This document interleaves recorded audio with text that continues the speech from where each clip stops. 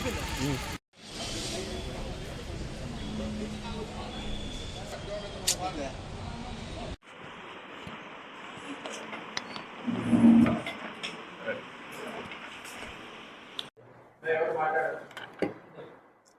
చేద్దామండి. అందరికీ నమస్కారం. నిన్న అనంతపురం 4th టౌన్ పరిధిలో అయ్యప్ప స్వామి దగ్గర రామ్నగర్ ఏరియాలో 2 కుటుంబాల మధ్య జరిగిన గొడవలో హరినాథ్ అనే కానిస్టేబుల్ ఏఆర్ కానిస్టేబుల్ ఇచ్చిన రిపోర్ట్ని నమోదు చేయలేదని చెప్పి అవాస్తవాలు రాయటం జరిగింది. ఆ అవాస్తవాలను ఖండిస్తూ ఈరోజు మేము ప్రెస్ మీట్ పెట్టడం జరిగింది. దీనిలో అసలు విషయం ఏంటంటే, హరినాథ్ అనే ఏఆర్లో పనిచేస్తున్న కానిస్టేబుల్, అలానే భువనేశ్వర్ చౌదరి అని చెప్పేసి వీళ్ళిద్దరూ ఎలైట్ అపార్ట్మెంట్లో కింద ఫ్లోర్లో భువనేశ్వర్ చౌదరి ఉంటారు, ఫస్ట్ ఫ్లోర్లో హరినాథ్ అనే ఏఆర్ కానిస్టేబుల్ ఉంటారు. వీళ్ళు కొంతకాలం బాగానే కలిసిమెలిసి ఉన్నారు, బాగానే ఉంది. అయితే రీసెంట్గా ఒక 2 months బ్యాక్ చిన్నపిల్లలు, అంటే ఈ హరినాథ్ పిల్లలు క్రికెట్ పక్క ఇంటి ప్రభాకర్తో ఆడుకుంటా ఒక బాల్ వెళ్ళి అక్కడ ఈ భువనేశ్వర్ చౌదరికి సంబంధించిన కారు యొక్కకి తగిలింది బాల్. ఆ విషయంలో చిన్న వివాదం జరిగింది. వాళ్ళ మధ్య, అలానే డిస్ప్యూట్స్ వాళ్ళ మధ్యలో ఆ మనసులో ఉండిపోయినాయి. నిన్న 10వ తారీఖు మళ్ళా ఈ ప్రభాకరు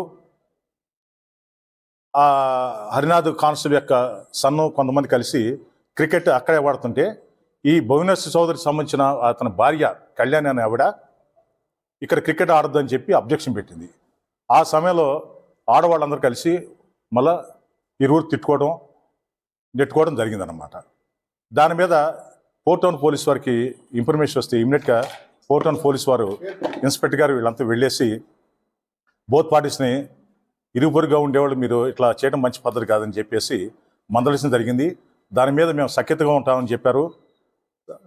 అందరితో అది వివాదం అయిపోయింది. ఆ మరుసటి రోజు అగైన్ ఈ ఏఆర్ కానిస్టేబుల్ ఎవరైతే హరినాథ్ అని అతను ఉన్నాడో, ప్రైమ్ మినిస్టర్ బందోబస్తు నిమిత్తం అతని భార్య అంతకుముందు రోజు ఇంటి అక్కడ లేరు, వాళ్ళు బట్టలు తీసుకోవడానికి వచ్చారు. ఆ వచ్చిన క్రమంలో అక్కడ ఈ భువనేశ్వర్ యొక్క భార్య అనే కళ్యాణ్ ఆవిడ సూటిపోటి మాట్లాడటంతో అక్కడ వివాదం మళ్ళీ స్టార్ట్ అయ్యి ఇద్దరు కొట్టుకోవడం జరిగింది, ఆడవాళ్ళు కొట్టుకోవడం జరిగింది.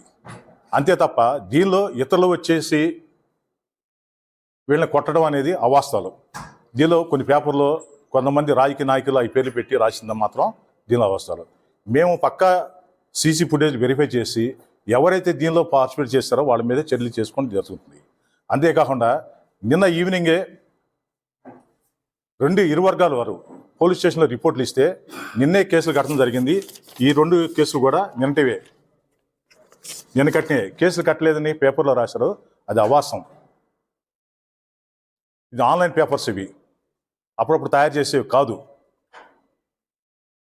అదేవిధంగా కానిస్టేబుల్ కూడా కొన్ని రాజకీయ నాయకుల పేర్లు ఎత్తి మాట్లాడటం కూడా, దానిలో వాళ్ళని ఇన్వాల్వ్ చేయడం కూడా అది కరెక్ట్ కాదు. వాళ్ళు ఇన్వాల్వ్మెంట్ ఉంటే ఖచ్చితంగా 100% మేము యాక్షన్ తీసుకుంటాం. మేము ఇప్పటివరకు విచారణలో మాత్రం ఎవరైతే అతని పేర్లు చెప్పాడో ఆ పేర్లు వాడు ఆ నేరస్థానం విజిట్ చేసినట్టు వారి దగ్గర కానీ మా దగ్గర కానీ ఆధారాలు లేవు. కాబట్టి ఇలాంటి వార్తలు రాసేప్పుడు కొన్ని సెన్సిటివ్గా అవుతాయి. ఇది ఓన్లీ పర్సనల్ ఇష్యూ, పిల్లల మధ్య జరిగిన గొడవని తీసుకొచ్చి రాజకీయంగా చేయడం అనేది ఇది కరెక్ట్ కాదు. దానివల్ల ఇష్యూ డైవర్షన్ అవుతుంది, లేనిపోయిన సమస్యలు కొత్త అవుతాయి.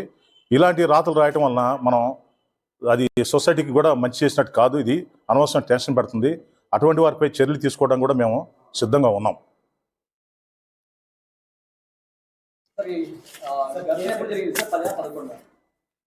10వ తారీఖు ఒకసారి జరిగింది మధ్యాహ్నం పూట, దానికి వెళ్ళి ఫ్యాష్ చేశారు. ఇద్దరు బోత్ పార్టీస్ సైలెంట్గా ఉన్నారు.